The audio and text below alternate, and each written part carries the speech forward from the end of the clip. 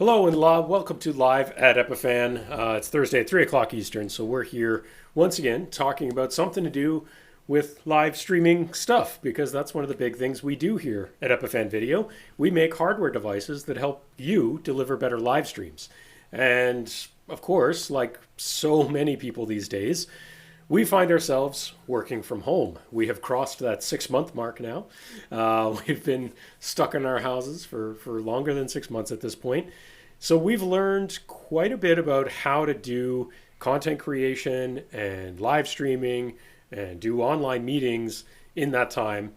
And I think we've all kind of gone through different iterations of what our home setups look like. So we want to share those with you today. So joining me is David Kirk and George Burchell. So hey. This is going to be an interesting one because I think hot topic, everyone's wondering, what should they be looking at to improve their home setup? What should they be using? What should they be considering? And we've touched on this a few times in previous episodes, but we wanted to kind of go a little deeper, pull the curtain back a little more today's episode. So we kind of have the three of us have gone through different versions. We want to share those, as I said. So this will be great. This will be great. I think we're going to talk a little bit about good versus bad as well that we've seen. But the main focus being, home studio setups and what does that mean? What does it look like? As always, make sure to throw your questions into chat. I am watching chat. I can see there's a few people there saying hi. Linda saying hi. Kim Sorensen saying hi. So say a hi in chat. Say where you're from if you feel like it. And any questions you have, please throw them into chat and we will address those a little later on. But first, George Burchell, let's talk about good versus not so good. That's an easy one. It's very relatable because, like you said, we have all been through so many versions of our home studio setup. Even like right before this call, you guys were telling me, we can hear the sound of your room. It's not so great. So I went running around finding soft surfaces that I could put up in my office to try to modify it. So I have rebuilt this studio 37 times, and I'll be rebuilding it again for next week's show, I'm sure. So lots to figure out. We were talking about this. What was this the Emmys that this came up the other day? We were talking about these good versus bad setups. Dave, do you remember that? I forget the name of that Twitter thread, but people were evaluating. Exactly. Yeah. So, it was all done kind of remotely, and then people were kind of rating who has the worst or the best kind of backgrounds and setups. And exactly. Yeah. So I'm sure that wasn't what people had in mind when they were getting ready to go live, but after the fact, people are rating, what they had in the background. Is it distracting? Was the camera angle horrible? All this kind of stuff. So really looking at what is your image as you project it live, and maybe, if it's not so good, maybe you want to think about changing it a little bit.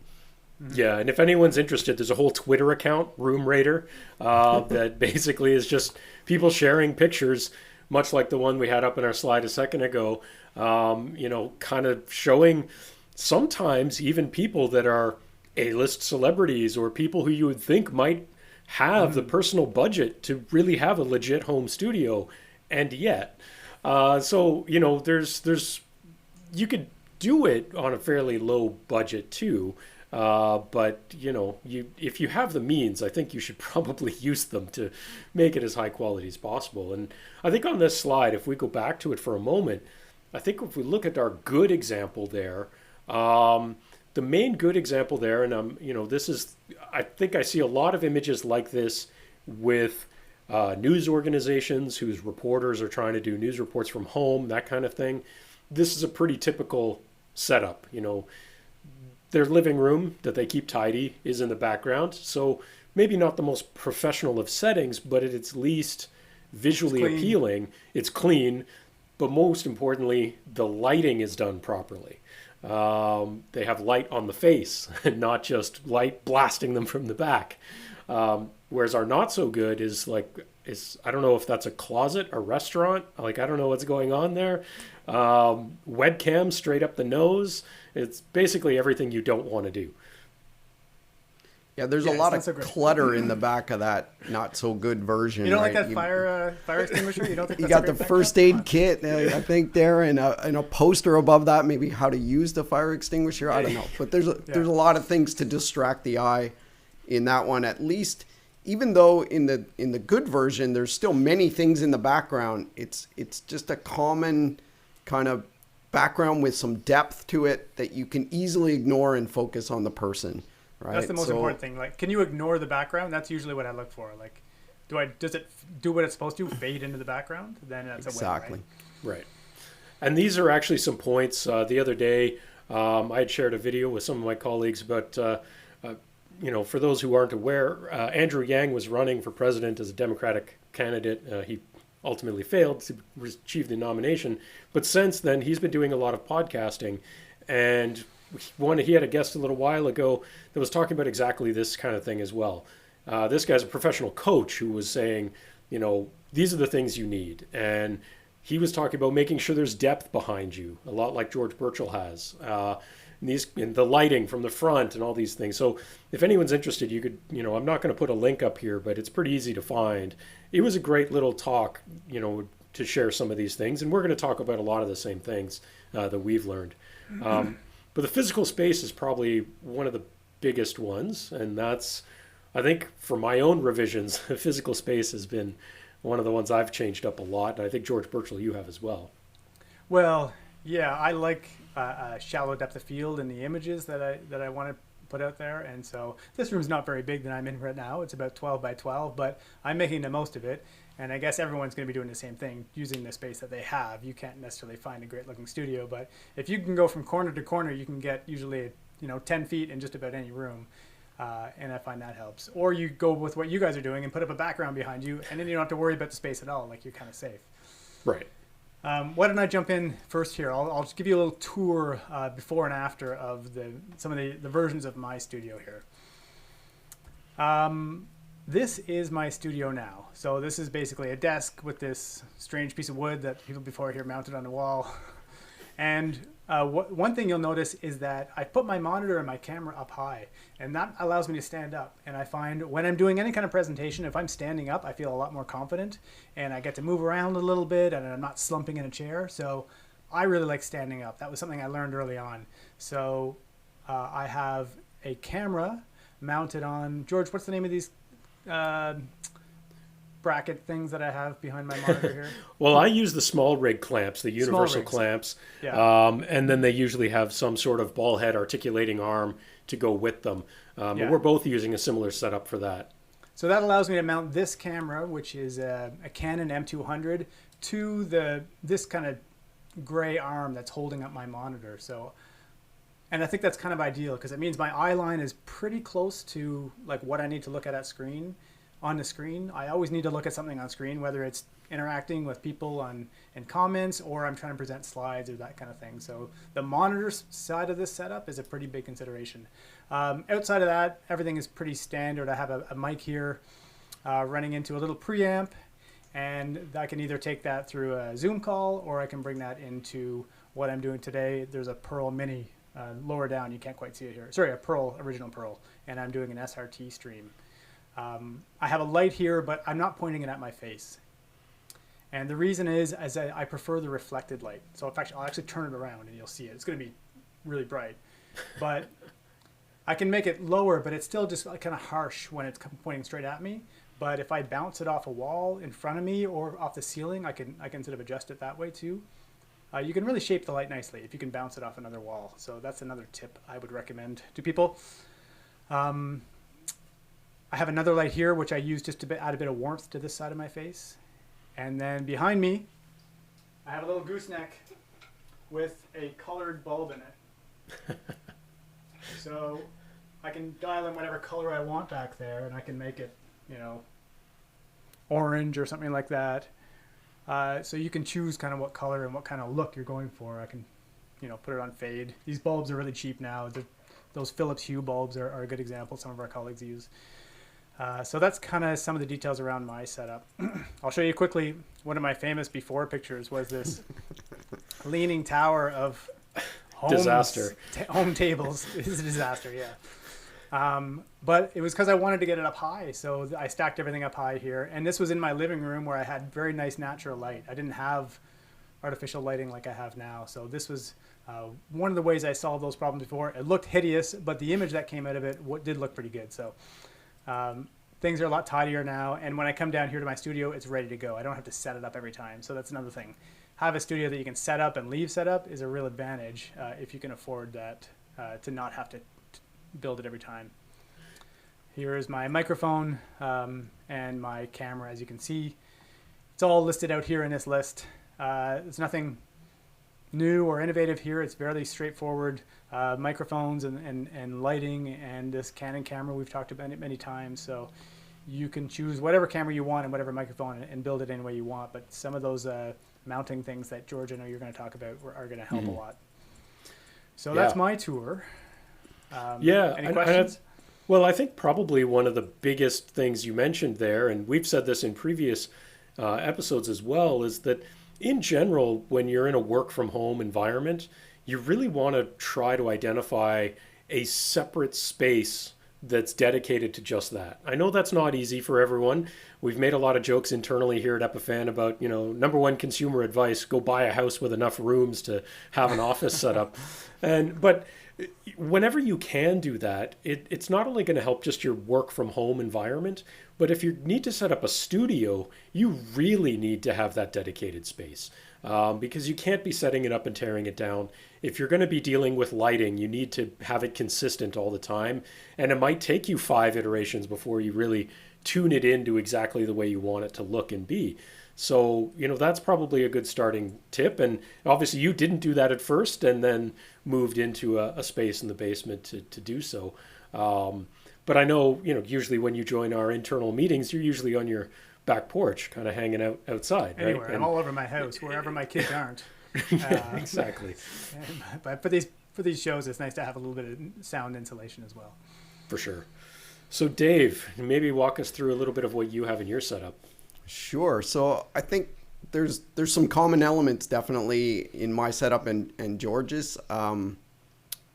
The room size is about the same. So mine's about 11 by 11. His is about 12 by 12. But give or take, it's about the same size room. But there are a couple differences. And one is I kind of put my desk or where I am right in the middle of the room. And that left me some room behind the desk for the lighting and my camera and that sort of thing. So it's a little difficult to see. Here you can see from behind, from that corner, I've just put up this gray backdrop and it's just standard photography paper. It's Savage paper. It's Thunder Gray is the color. And I just cut off a chunk of it because I didn't want to use stands and everything. I wanted it permanent. So I literally just took thumbtacks and tacked it to the wall. And that gives me a consistent background where I don't have to worry about what's behind me. And it gives kind of just a nice even background. So that's all I have behind me. And then in front of me, I've got the same camera as George. So it's an M200. I've got it on a standard little tripod and I have it just peeking over my monitor. So it's not attached to my monitor the way that you guys have done it. Because I have more room behind my desk, I just stuck the tripod behind there. And so that's very simple. You can kind of see my router and my Pearl Mini there on the left-hand side on a little separate table. And then on the desk, I've really just got my microphone, which is actually exactly the same microphone that George is using. And then I've used a slightly different style of mic stand. This is a stand that I had for music. I typically use it for miking guitar cabinets. So it's a nice short stand, but when I stick it on my desk, it's perfect for getting the mic where I want it so that it's out of frame, but it's right close to me. And then I have another little speaker on the desk there that I use for video conferencing. So I have one speaker that I'm using for these kind of things. And then I can push that mic out of the way and I just have a speaker and microphone combination that I use for the Zoom conferences. And that's pretty much the setup. The lighting, I'm primarily using that window that you see on the right-hand side, and that's what I'm using today. So the light on this side of me is all natural light. And then I'm using these LED panels, and I'm doing the same as George. I'm bouncing them off of a set of closet doors that are white for the fill. So that gives me a nice soft fill. So you can see it there, those closet doors. I just point that panel there, and it just fills in the light on the other side of my face. So gives me fairly even lighting, gives me lots of space to work on my desk. And when I'm not doing these sorts of things, I can just push that mic back from being right in front of me and over top of my keyboard, and it gives me lots of space to work. And then the one other element I'll mention is the big blue mattress is actually what that is. It's a twin mattress. And I did find when I pulled all the stuff out of this room and set it up as my studio, it was a little too reverberant. It was too live, but I dragged that mattress in just to see how much do I need to dampen this. And originally I was looking at getting some proper acoustic panels and things, but I really liked the sound just with the mattress in the room. And I decided, you know what, it's kind of in there in that little corner. It doesn't bother me. It just stays there, and it does a great job for absorbing the frequencies that were problematic in this room. So pretty simple setup. A lot of commonality with what George is doing in his. Yeah. Yes, we do have again another list there, rundown of some of the things that you're using. Yeah. So one of the things you guys are doing differently is you're using, lack of a better term, real microphones running into some sort of preamp. I'm assuming that preamp is then going into your computers over USB, as well as taking an analog out to your Pearls for the live stream. Is that right? For me, I'm doing it a little differently because I've got the Pearl Mini. So I'm running my mic directly into the Pearl Mini. And then I'm using for Zoom and other things, instead of splitting that mic and bringing it in my laptop for Zoom, I just use that separate other mic. Right. So I've got two microphones on my desk, and most of the time I'm just using one of them into Zoom. And then when we do these kind of things, I haul out the second one. But it's being wired directly into the Pearl Mini, so I don't need an external audio interface for mine because I have two separate mics. Mm-hmm. Right. The only reason I have an interface, an audio interface, is because we had it at our office. And it was convenient, and it does allow me to route audio to two places at the same time. So right. I can route it to my Zoom call, and I can route it to this broadcast, and it's the same audio feed. So it's convenient from that perspective, but I'd be just as happy with any mic that I could run straight into my encoder. Right. And a couple elements I didn't mention in my setup was I do have a video splitter. So I've got an HDMI splitter, and I do split my camera to go both into my laptop for Zoom and conferencing and that kind of thing, as well as into the Pearl. So I do have an HDMI splitter in my setup. And then coming out of that splitter, I go into our AVIO HD to get it into my laptop. So those are two elements that weren't really visible in the photo, but I am splitting my camera so I get exactly the same image in Zoom as I would have on these kind of broadcasts. Right. All right. So I think that leaves my setup, but I think we lost your slides there, George Burchell. Yeah, sorry. The PowerPoint, when you get to the last slide, it closes on you, so thanks. No, I don't have these Mac problems. This is a Microsoft problem, buddy. I got beef with Microsoft. Long-standing beef. So for me, my room, honestly, not that dissimilar in size from what Dave and George Burchell have. Mine's not quite as square, though. It's 10 by 12, so it's a little more rectangular. And what I have set up now, this is kind of my current setup, is basically I've gone to a sit-stand desk, so I have the flexibility, so kind of a mix of both what Dave and George Burchell have. I agree that when I'm presenting, I would much rather be standing. You definitely speak better when you're standing. And of course, if you move in your chair and it creaks, that's gone if you're standing. So there's some big advantages to doing things standing. So I prefer the sit-stand desk. I'm currently standing right now, but in this picture you can see it was in the seated position. You can see I have a side table like Dave does for my Pearl Mini. And basically, I have my two monitors. I use a wide curved display and then a normal kind of monitor for extra pieces. Like George Burchell, I have my camera mounted on a clamp over top of my main display. This is kind of the way things look now. And of course, unlike George Burchell, I have gone with a backdrop. So you can see in this picture, it's a green screen. And I am actually using the green screen right now.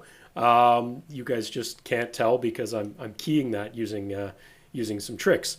But again, this shot, you can see how I have the camera mounted. I'm using one of these guys, small rig universal clamps. These things are very inexpensive, and you just buy all the appropriate ball heads and things to slap on these and I they're love great. these things. This is like Lego for AV people. You can put anything you want together, and it'll cost you like $10 for this piece and another $8 for that. I was super impressed with that stuff. Cameron, our producer, started pointing those out to us a couple of years ago, and it's a lifesaver for just about any video production, I find. Oh, absolutely, yeah. And I have ended up with different thread adapters and all kinds of different things just so I could mount different things. My first generation, and this, I'm not going to lie, is a disastrous photo. It was a mess. I mean, this photo was literally taken the first week of lockdown, basically. I had just taken delivery of the green screen. I had it on stands. This was my normal at-home home office gaming setup, honestly. It never did real work from this. And so it didn't matter what setup it had. It didn't matter there's a disgusting pile of dishes because I wasn't working in that space. It was very personal, which was great. There's a lot of my personal things there, which for those who know me, who might be watching, there's a lot of my personality in that space. But it wasn't conducive to work. So I had to go through some iterations to change things around. Going to the sit-stand desk, getting the green screen off of stands and onto the wall flat. Basically, it's on essentially a curtain rod along the ceiling, and then I have lights to fill it in. I can actually pull it to the side if I want and have a more practical background. In front of me, I obviously have the camera eye line as well, that both Dave and George have been talking about. And then I have gone with a little bit of acoustic treatment. So you can see there, I have some blue ridged acoustic paneling that I've put up on the walls. And that's just because it was when I changed from one desk position to another, it got, and without having the green screen in the middle of the room, it got very echoey. I have a window and a door out to a balcony in this room. And so there's a lot of glass to bounce off of, and glass is bad for sound. It bounces too much. So you need to kind of be, conscious of that. Little close up on my camera. Again, I'm using a small rig clamp, clamping it to my monitor stand and then the articulating arm. I also added a ball head. Partly was because I needed a little extra height in order to get my camera centered on my monitor, and the articulating arm alone wasn't doing it. The advantage, of course, of getting a cheap ball head like I did there is it does give me just a little bit more flexibility and a little bit more precision. The ball heads that come on these articulating arms from Small Rig, they're cool, but they have limited range, whereas using a real tripod style ball head, you get just that tripod ball head. They're very inexpensive, throw it on there and it's more flexible. My lighting, everyone internally calls this my lightsabers. They're really just LED photography lights that happen to be, instead of big squares like the other guys have, they're just elongated. I mounted them to the walls because I didn't like the floor space being taken up by the stands. And the door is actually to the left of this photo. So it's the main walk-in area of the room. So having the stands there on the floor wasn't great. One thing I do like about these lights, though, is they did come with a remote control. And so I can actually remotely control the color temperature, the brightness, that kind of stuff, all from that remote. So that makes it really handy because like Dave, I have a window with a little bit of natural light. And right now it's raining outside. It's gray and cloudy, but if it's sunnier, I don't even really need these lights at all. But having the ability to quickly adjust them without having to stand up and move around is very handy. And George, if I'm like the audience, I kind of tuned out for that whole last section because you glossed over the fact that obviously you've had some run-ins with Christopher Lloyd. And Captain James T. Kirk. Yeah, there's a few inspiration here. Pictures up there. Yeah, and I stare at that wall basically all day long. Some of them are inspirational, some of them are just for fun. Awesome. But again, I think it's important to try to personalize your space as well. I'm looking forward to doing that now that I've kind of got the nuts and bolts part sorted. It's kind of, I look around and go, okay, it's kind of ugly, it's kind of boring in there. So yeah, the other thing you can do, and this isn't really in there much, and we don't talk too much about this, but if you have the ability to do it and you want to be maybe a little bit more creative, maybe you don't want to go to a sit-stand desk, but you want to have some, creative control, you can always look at using two different cameras. So I actually do have a second camera that's my personal camera that I was able to set up and run into my system here. So you can see the green screen behind me, some more acoustic paneling. You can also see one of the lights that's ceiling mounted lighting up my green screen. So if you want to be more of a professional presenter, but your desk space doesn't make sense, you could always look, if your room is big enough, try to set up maybe a second camera angle to move things around just a little bit. So that's another option you can always look at if you have the tools. But my main setup that anyone who's watched our stuff before has seen me using this stuff. They just didn't know it. But I use a Sony a5100 just to break from the M200 pack. I'm using the kit lens on it, which is basically the same as what the Canons come with.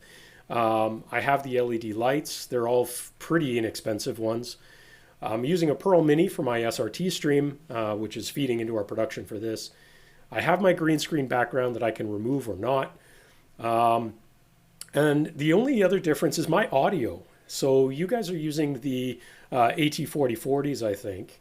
I'm using a Blue Yeti Nano, which is a USB microphone. So I actually have that running directly into my Pearl Mini, just over USB. And I actually have, you cannot see it, but I actually have a second microphone that I actually have attached to the same arm. And that's feeding into my computer and into Zoom for any of the calls or back channel stuff. And I also often wear a headset with a boom mic for most of that stuff as well. So most of those things I already had. So it was kind of nice to be able to use things I already had. And I definitely encourage people to look at using what you have. But the one commonality for sure, all three of us are using a very similar style of routing when we're doing content creation. So this is basically what that looks like, right? Mm-hmm. Each of us have capture cards usually gets involved at some point too here. We were using capture cards. It was kind of mandatory when we had our Zoom based setup, but now that we have SRT, it's maybe less relevant, but we all have a few capture cards kicking around. Yeah. It's funny, when you make them, you end up having a few that are available to use. But yeah, and as Dave mentioned, if you have one camera, you might be splitting, and it's a good camera like an M200 or an A5100, you might be splitting that HDMI signal into a capture card and into maybe an encoder like Pearl or something like that, depending on what your needs are. For us, our needs are this, so we do split those cameras. And you might want another monitor, a dedicated monitor, just so you can see your own image that's bigger than the one on your camera as well. So I can see wanting to split it that way. Right. Great. So I did see there were some questions coming in. I did see that Tim Trott was asking about audio, but then later said that we explained it. And I think that's when we were talking about the microphones that you guys are using. There's a few different things in here. Daniel was asking about the best action cameras for live streaming. I would kind of leave that in. I would have to probably say GoPro, where there's some Sony ones. The Sony ones are lesser known. I honestly, personally don't like action cams for live streaming. That's just my opinion. I don't like the field of view. I don't like the lack of settings and adjustability. Unless you're live streaming like action stuff. If you're actually using where you want that nice wide field of view. But if you're setting up a studio, I would actually do what we've done and look at the lower end mirrorless cameras like the A5100 or the M200 and use those instead. With the interchangeable lenses, you ultimately have more flexibility down the line. And the M200 is actually surprisingly light. I think probably your Sony 5100 is similar. When I got a hold of that one, I was really pleasantly surprised because I have a very sketchy old half-broken tripod that this thing's on, and a heavy camera I would never trust on this tripod. But those mirrorless cameras are extremely light. So I know a lot of people, the reason they gravitate sometimes towards the action cams is because they are so light, and you can use a flexible arm. Like, they're so easy to place where you want because they're small and they're light. But the mirrorless ones are really getting there. They're not very big and they're super light now. So you don't really have to go that way. If you're using more of a fixed studio setup, you can avoid that kind of fisheye look and get a camera that's still pretty easy to mount where you want and how you'd like it to be. Yeah, exactly. There was a little bit of follow-up chat here between Dean and Tim Trott and Daniel. One of the questions was about the new GoPro Hero 9. It was literally launched last week, so I can't even answer any questions about that. But from what I have seen of some of the launch stuff of the Hero 9, a lot of it looks like the same old to me. I do believe, as Tim had mentioned, that they are building some live streaming into it. But realistically, what GoPro has always done with that is you're attaching it to an app on your phone, and your phone is what's primarily doing live streaming. Or it's just over Wi-Fi or whatever. It's not great for live streaming in that perspective either. And if Tim, and I suspect, I haven't seen this confirmed yet, but I suspect that a lot of that is going to become semi-proprietary since GoPro is planning on launching their own streaming platform, which is not free to use. So if you're looking to use a GoPro and their platforms for streaming, you may find that it's a little bit limiting and costly potentially. So again, if you're looking for something more platform agnostic, more flexible, someone had mentioned that they use an A6300. That's a great camera, a little pricier than a 5100 or the M200, but a 6300 will give you 4K support. It's the same size as the 5100, uses the same Sony E-mount lenses. So there's tons of flexibility when you go to these mirrorless cameras. You don't necessarily have to go as crazy as like the newer A7S III, although they're amazing cameras. You can definitely go pretty entry level when you're talking about a fancy webcam, essentially. Mm-hmm. So we should probably wrap up soon. I know we have an exciting week coming up. On Tuesday of next week, we have a new product launch. So be sure to tune in here on YouTube. It's all over our website as well. It's a new member of the Pearl family. So join us. It's not going to be very long. It's going to be 10 or 15 minutes, and it's going to be kind of fun too. So be sure to watch that. And what's the live show topic next week? Anybody have that handy? Oh, that's a great question. Let me see. I believe next week we're talking about adding a remote contributor using SRT and a mobile device. So that's we've talked about SRT a lot in the past few weeks and even past month or so. But one of the things that people could really do is use a mobile device for SRT. So we're going to show that off. So we might be coming to you live from our own mobile phones next week. A little bit of a different spin, I'm going to guess, right? That'll be kind of fun. Yeah, a little bit. Yeah. That's great. So yeah, tune in next Thursday, of course, 3 o'clock Eastern for Live at Epiphan. We're here every week talking about stuff just like this and hoping that this is helpful to all of our viewers in terms of upping the quality of what they can do, especially in these times doing it from home. So really appreciate it. And definitely we put a link there in chat to the link for next week's event. So tune in on Tuesday for that. George says it's 15 minutes, but I think I'm presenting, so that'll be a challenge. We'll see what happens. We're going to hold you to it. We're going to put your feet to the fire, okay? So thanks, everyone, for joining us. We will see you next time. Thanks, Dave. Thanks, George. Yeah, thanks, See you, guys. George. See you.